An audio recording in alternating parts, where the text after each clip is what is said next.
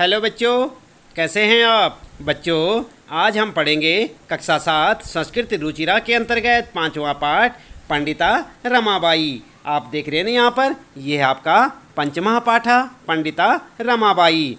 हम आपको बताएंगे बच्चों इस पाठ का अर्थ। तो चलिए आप भी हो जाएं तैयार और पढ़ें हमारे साथ साथ पंडिता रमाबाई। सबसे पहली लाइन बच्चों आप देख सकते हैं यहाँ पर, स्त्री शिक्षा क्षेत्रे अग्रगण्या पंडिता रमाबाई 1858 तमे ख्रीष्टाब्दे जन्म अलभत। अर्थात स्त्री शिक्षा के क्षेत्र में अग्रगण्य पंडिता रमाबाई का जन्म 1858 ईस्वी में हुआ। तस्या पिता अनंत शास्त्री डोंगरे, माता च लक्ष्मीबाई आस्थाम। उनके पिता अनंत शास्त्री डोंगरे और माता लक्ष्मीबाई थी। तस्मिन् काले स्त्री शिक्षाया स्थिति चिंतनीय आसीत। उस समय स्त्री शिक्षा की स्थिति काफ़ी शोचनीय थी।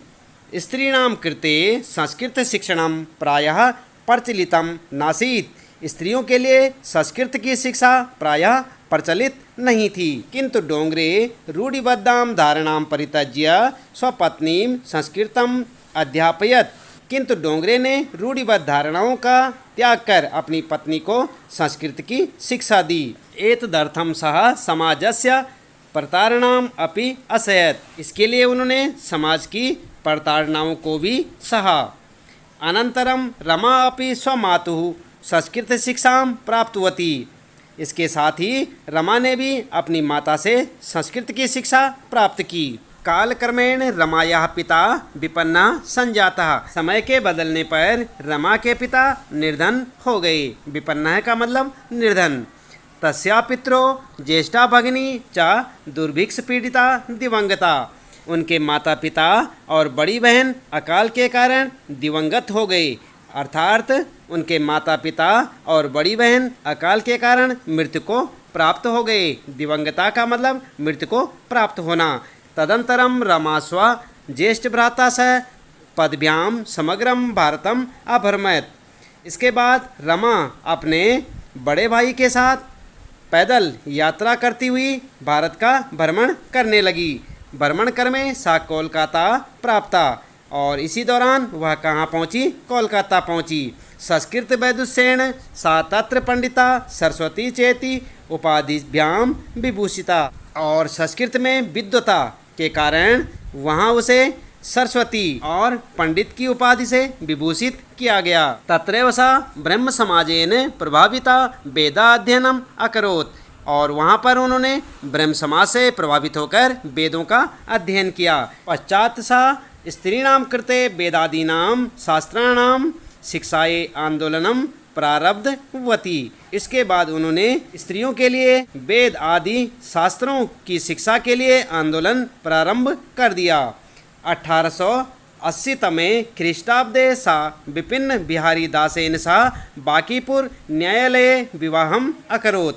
और 1880 ईस्वी में उन्होंने विपिन बिहारी दास के साथ बांकीपुर न्यायालय में विवाह किया। साधैक वर्षात् अनंतरम तस्या पति दिवंगतः।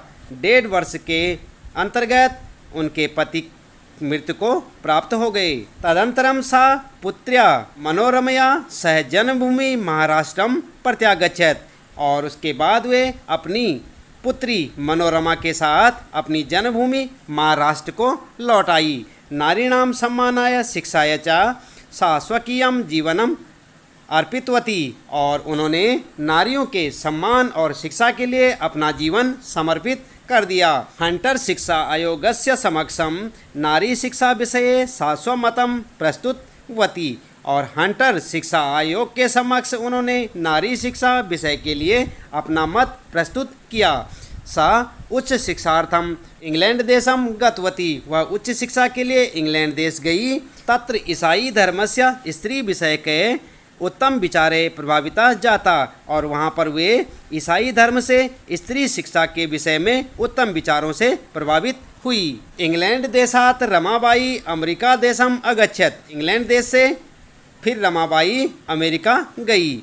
तत्र सा भारतस्य विधवा स्त्रीणां सहायतार्थम अर्थ संचयम अकरोत्। उन्होंने वहाँ पर भारत देश की विधवा स्त्रियों की सहायता के लिए धन का संचय किया। भारत प्रत्यागत्य मुंबई नगरे शारदा सदनम आस्थाम। भारत आकर उन्होंने मुंबई नगर में शारदा सदन की स्थापना की। अस्मिन् आश्रम में निस्सहाय स्त्रियां निवसन्ति स्म। इस आश्रम में निस्सहाय स्त्रियां निवास करती थी। तत्र स्त्रियः मुद्रण टंकन काष्ठकलादीनांच प्रशिक्षणं लभन्ते स्म। वहाँ पर स्त्रियां छपाई टाइप और लकड़ी की कला आदि का प्रशिक्षण लेती थी। परम इदम सदनम पुणे नगरे स्थानांतरितम जातम। लेकिन फिर यह सदन पुणे नगर में स्थानांतरित हो गया तथा पुणे नगरस्य समीपे केडगांव स्थाने मुक्ति मिशन नाम संस्थानम तया स्थापितम।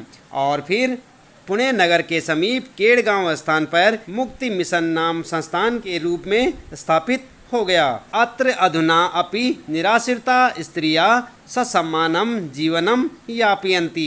और यहाँ पर अब निराश्रित स्त्रियां ससम्मान जीवन यापन करती हैं। 1922 तमे ख्रीष्टाब्दे रमाबाई महोदयायाः निधनम अभवत्। 1922 ईस्वी में रमाबाई महोदय का निधन हो गया। सा देश विदेशानाम अनेकासु भाषासु निपुणा आसीत्। वह देश विदेशों की अनेकों भाषाओं में निपुण थी।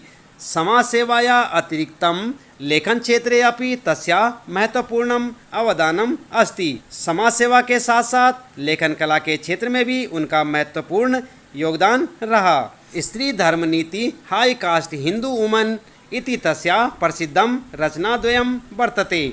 स्त्री धर्म नीति और हाई कास्ट हिंदू वुमन के नाम से उनकी दो रचनाएं प्रसिद्ध हैं।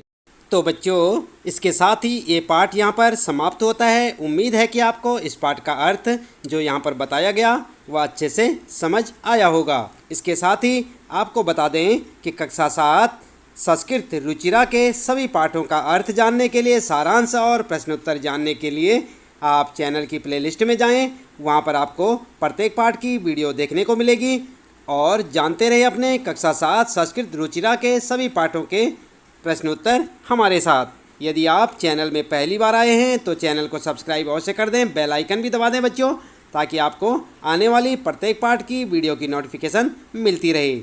तो मिलते हैं फिर अगली वीडियो में। आपका दिन शुभ हो।